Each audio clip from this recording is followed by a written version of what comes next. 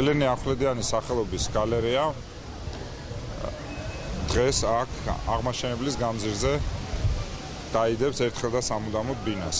ეს არის ბავშვთა სამხატვრო გალერეა, ბავშვთა სახელოსნო, რომელსაც არა მარტო მთელი თბილისი, არამედ მთელი საქართველო იცნობდა.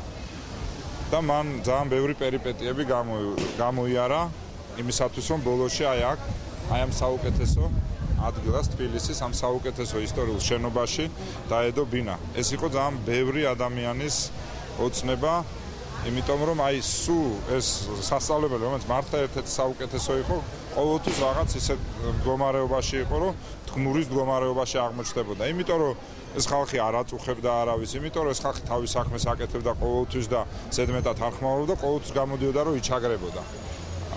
ამიტომ ამ თვალსაზრისითაც ძალიან მნიშვნელოვანია, გარდა იმისა, რომ დარწმუნებული ვარ აღმაშენებლის გამზირი, რომელიც ულამაზესი იყო და კიდევ უფრო ულამაზესი გახდა და ეს სკვერი, რომელიც საზოგადოებრივ სივრცეს წარმოადგენს, იქნება მუდმივად ბავშვების საგამოფენო სივრცე, რაც კიდევ უფრო მეტ ფერს და მეტ მიმზიდველობას მიცემს აქაურობას, ასე რომ ყველა ვინც არ იცით და ვინცაც გახსოვთ ძველ ადგილას, ეხლა მოდით და უკვე თქვენი ბავშვები აქ მოიყვანეთ. ჩემი ბავშვიც მოვიდა ამას.